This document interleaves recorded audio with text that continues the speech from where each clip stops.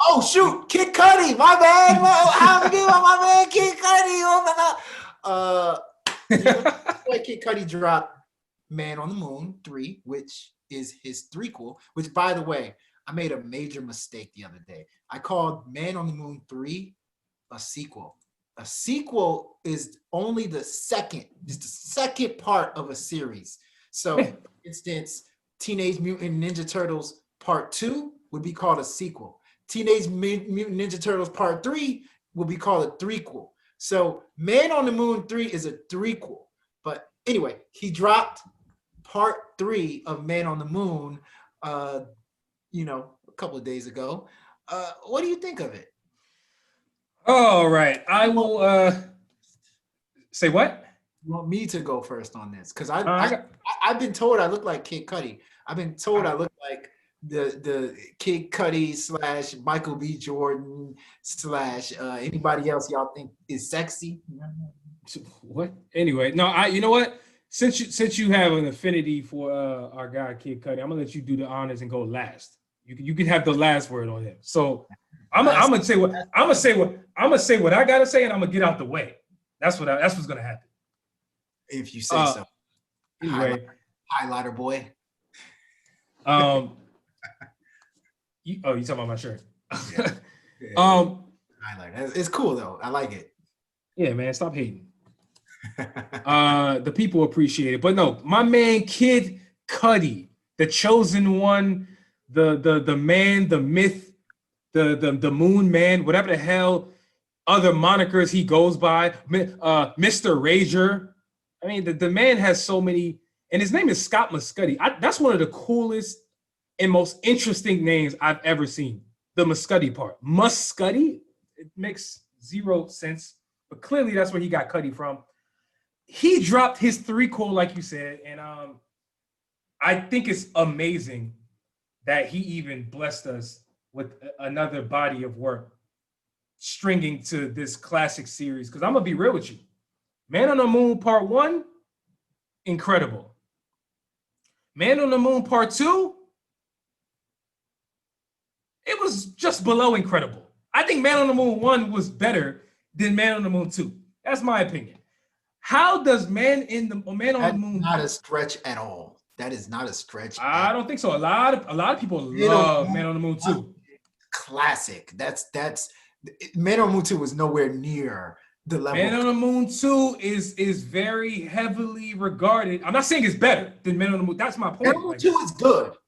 Man on the Moon 2 is good. Man on the Moon 2 is very good. It's not fucking with Man on the Moon 1.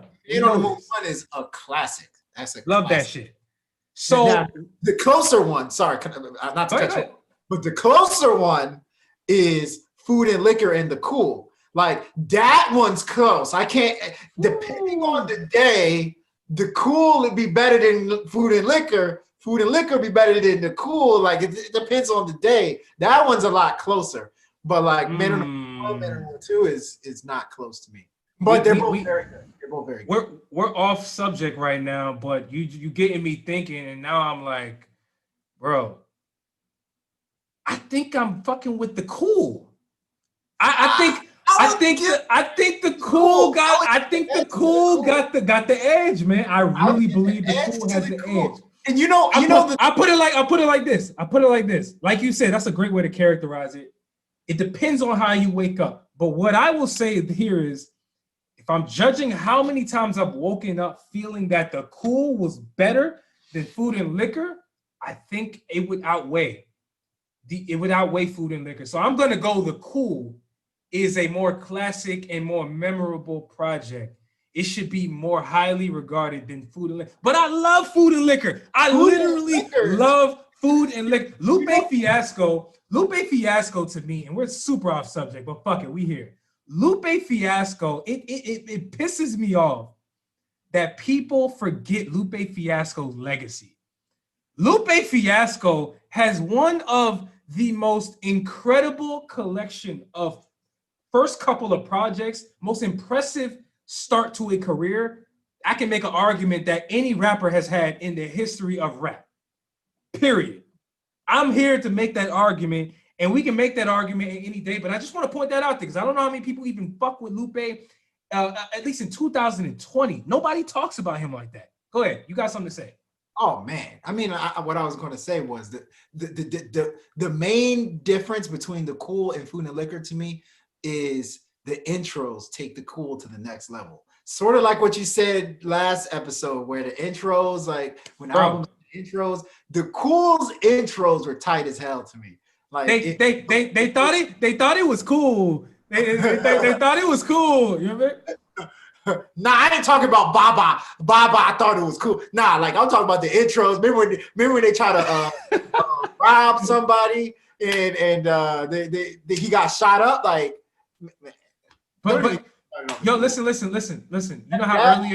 You know how earlier you patted yourself on the back, nigga. I'm taking my credit. This is what's missing in music today. Shit like that. That's the type of stuff that be making albums memorable and classic. On that album, those interludes were amazing. Amazing. Yeah, amazing. Bro. Amazing. But going back to Kid Cudi, and I'll make this quick. But Kid Cudi, man, you know, I'm so proud of him, man, because you know, it's like I see people having more of an appreciation for Kid Cudi's legacy these days. And I'm here for that because to hear the vulnerability that Kid Cudi still drops in his music just takes me on a damn timeline going back of how many artists have gotten their influence from this man, how many lives this man has touched artistically, how many genres he uses to infuse into his music. I love it, man. However, taking my review a different direction, did you kind of get the sense that Kid Cudi was a little bit more grimy this time around? Like he had this aggressive tone to some of his raps, and I just heard this like aggressive Kid Cudi that I'm not sure if I've ever really heard throughout the course of a project. Kid Cudi's usually laid back. He's usually the one really talking about how sad he is, talking about how he wants to go away and he wants to be away from people. People don't understand him. I kind of got the sense from this new album that Kid Cudi still has a lot of those undertones, but he's more confident this time around. He's talking his shit way more often this time around. And I kind of like that Kid Cudi. I'm gonna be real. I like that Kid Cudi. I like the approach he took with this album. Of course, speaking of Man in the Moon too, like I said before, Mr. Rager was one of my favorite songs.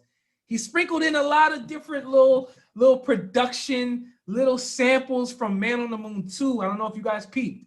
He sprinkled a lot of those throughout this project that if you're somebody who's been familiar with Kid Cudi, you're gonna feel that and it's gonna make you reminisce and maybe want to go back and listen to his old stuff. So without being too long-winded, I'm gonna get into some songs that I really, really love. Tequila Shots, the second song on the project. Dope. To me, I heard the album once through. I don't even know why that song is called Tequila Shots. The stuff he was talking about had nothing to do with tequila shots. And maybe that was the point. I don't know. Maybe I need to go back and listen again, but I didn't get why it was called Tequila Shots. However, I really like that song. Another Day, I liked it. She Knows This. The song called Sad People, dope. I wasn't really feeling the song with Pop Smoke and Skepta. It kind of hurt me to really even come in here and say that because it's like, damn, Kid Cudi, why are you reaching for sounds? Kid Cudi he doesn't need to reach for sounds. Like he has his own unique flavor and spin to music that I didn't really need to hear him try to be like these young kids and really try to catch a wave. It really felt that way with that song. And also just some of the songs towards the end of this project, I felt like Cudi was kind of reaching a bit production-wise and just flow-wise. You know, he tried to kind of get with the new school, and I get it. He wants to be modern and with the times. Overall, I think the project is pretty good. It's pretty good. It has a lot of replay value. And I'm going to let Kid Cudi Part 2 really do a deep dive on what this project is all about, because I know you got a lot to say about this, in addition to you feeling like you're Kid Cudi's long-lost brother. but go ahead. That wasn't me, brother, that said that. That like I had an ex in college that said, me and my friends watched day and night, and Man. we literally were like, that's you on the TV screen. Like we got chills. And I was like, I guess I look like Kid Cudi. You have embodied the persona. Go ahead for the review, man. But anyway, it's funny. We talked about Lupe Fiasco, right? Yeah. And Lupe Fiasco dropped Food and Liquor 1, or sorry, Food and Liquor, and then Lupe Fiasco dropped The Cool. After that, Lupe's career, when it comes to making albums, I hate to say it. I don't want to come on here saying stuff like that. I don't. But like at the end of the day, I think he dropped Food and Liquor 2. Nobody cared. And then he dropped a whole bunch of albums. And now I don't know what the hell Lupe Fiasco is doing. Like Lupe been dropping on Spotify. Lupe Fiasco's dropping songs on Instagram. Like, I swear on everything. Nah, that's facts. Dog, Lupe dropped a project this year, which, dog, you want to be confused? Go and listen to Dinosaurs. I think it's called Dinosaurs. Is that what the joint is called? Or is that the song? No, you're talking about the joint with he had a collaboration with another producer. Hold on, I'm gonna find it right now. He dropped the project called, Draga's, was it Draga's Light? Oh, Draga's Light. No. That was 2017. Sorry. No. Damn it. You know what? Go ahead. I'm gonna find it. But go ahead. Pretty much, Lupe Fiasco's career. And so Kid Cudi is interesting because Kid Cudi started out with A Kid Named Cudi. Do you remember that album? A Kid Named Cudi? Sorry, not album, mixtape. It was on that Piff. Did you know that was the only mixtape Kid Cudi's ever created? A Kid Named Cudi. That to me is a classic mixtape. One of my favorite songs on that mixtape is remember the joint where you said what was it called? What was that joint called? But anyway, there's some hits that I like on that album. Then he dropped Man on the Moon 1. I thought that was fantastic. Then he dropped Man on the Moon 2. I thought that was a pretty decent album. And guess what Kid Cudi's career started to do? Started to go down a little bit. He dropped In the Cud. He dropped Satellite Flight, The Journey to Mother Moon. Matter of fact, Uch, help me out here. Can you help me out? Here. All right. Do you remember a song from In the Cud? I do. I actually really loved one of them joints. He had Girls, Immortal. I like it. Hold on. I'm gonna find it because I don't remember these joints by name. But he had one that I really loved, and I'm here. In the Cud dropped 2013. God damn. Just What I Am. I love that joint. Just What I Am is a good that song. That was my joint. Like for us. With King Chip.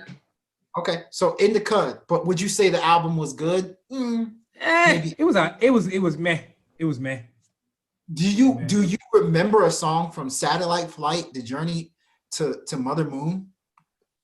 No, not at all. I can't. Do you remember a song from Speeding Bullet to Heaven, which I believe is Kid Cudi's worst album?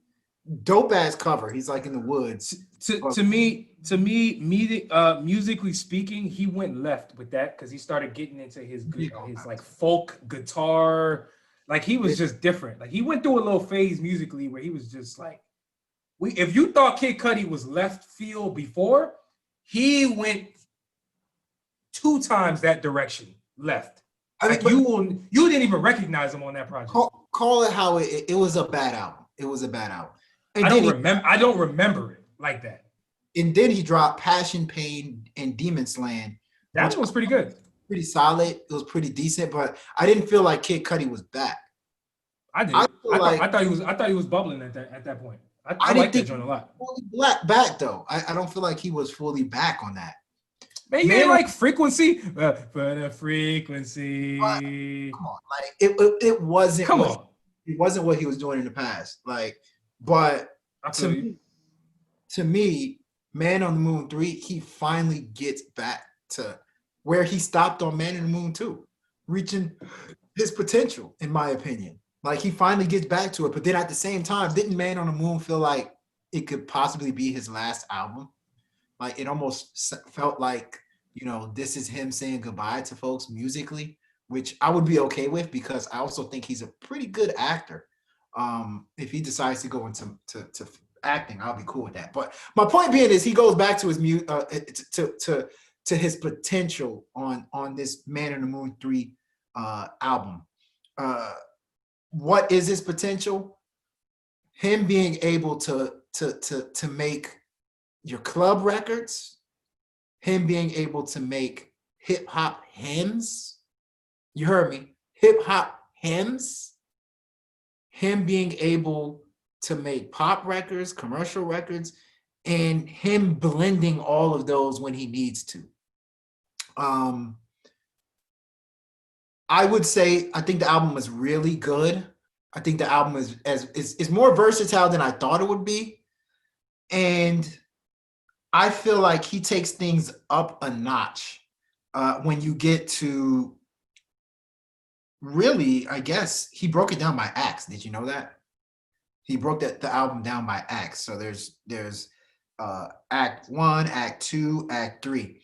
I think when you get to about act 3, he takes things up another notch. Like I think he hits us with, you know, what I always like to say, next level melodies. He hits us with vocal performances that are top notch. And then he also dives deep into his personal life, which a lot of people forgot that he actually went through some mental issues at one point. He talks about, you know, beating his demons and just being this figure that was able to overcome depressions on a good chunk of these songs. But all in all, I feel like if somebody were to say Kid Cudi is back after listening to this album, I would co-sign that. I would say, yes, Kid Cudi is back after what I would call a bit of a disappointing album career. So I don't know how you feel about that, but that's just kind of how my big takeaway.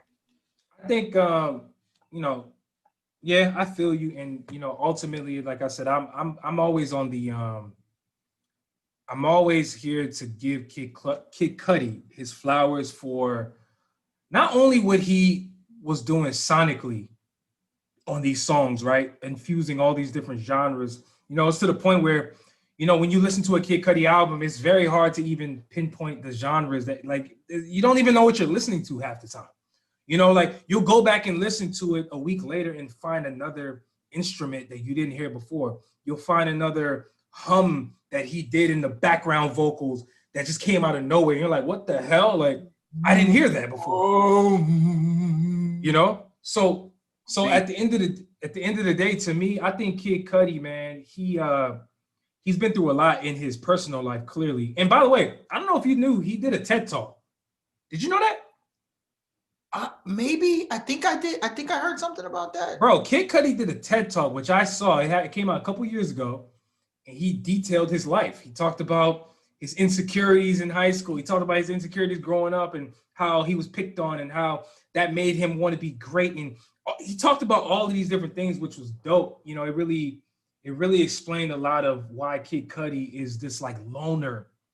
You know, you get that vibe from him in his music.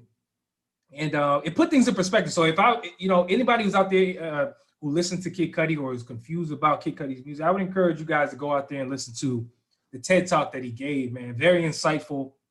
He's a very funny dude too. Like you'll be very entertained by hearing Kid Cudi speak for 10 minutes. Trust me.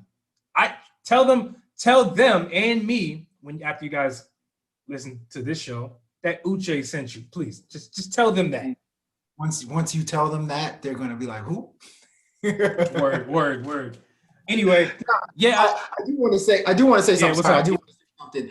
You know, you talked about we give you your credit. We give you your credit for interludes and stuff like that. I want to say there was another thing that you said that's very important that pertains to this album. How it flowed. I think more than interludes, how an album flows is really important. And I felt like one of the best things about Man on the Moon 1 was how it flowed. it flowed very like, nicely, very rivetingly. This album flows very well. Even how songs transition to others, like how Kid Cudi placed each song and where he placed each song. Like for instance, Owl's Baby, the way that transitions into sad, it's like, or does it transition to sad people? I think it transitions into September 16th. Sorry, September 16th, which is one of the best songs by far on the album. How it transitions to that is very dramatic. It's emotional. That gets slept on. I think that's something that makes this album really good. I also feel like there's importance in highlighting your vocals. Like Kid Cudi, whoever put together his album, like production wise, made sure that his vocals were the star of the show. Like for me, I highly recommend that you listen to this album through some headphones. Like, yeah, you can blast it through the car. Yeah, you can put it in the background while you clean up your house, but like listen to it through some earphones. I think it'll change your life because just the way everything is put together. Yeah, you know what? Yo, you just stumbled upon a topic that I don't want to necessarily talk about today, but maybe on a future show we could talk about like the importance of listening to certain type of music in your ears versus on a speaker. That joint changes everything. Like there's a nuanced approach. You as the listener have to know which albums are important to listen in your ears versus out loud. I'm telling you, that's a good topic. We should dive, and we should come up with some albums just to give like examples of joints that hit different in your ears versus out loud on speaker. This is definitely one that hits different. It's almost meditative the way it hits if you put it on your headphones. Yeah, I'm always big at that because Kid Cudi to me, man. I come to Kid Cudi's music not for lyrics. I don't come to Kid Cudi's music to get any introspective. I'm sorry, not introspective. I don't come to him to hear any dope ass melody flows and double time lyrics. Him switching up his flow. No, I don't expect none of that from Kid Cudi because that's not his superpower. Kid Cudi's superpower, in my opinion, is his ability to give his soul. Like he drops his entire being on these records to where when you're done, you know exactly who Kid Cudi is and what he stands for, what he doesn't stand for. And that to me is a superpower. It puts you in a trance musically. Production is amazing. But what he does, like you said, vocally, it's almost therapeutic in a way. It really is, man. It really is. So anyhow, I think we talked about Kid Cudi enough. You guys let us know what you think about the album.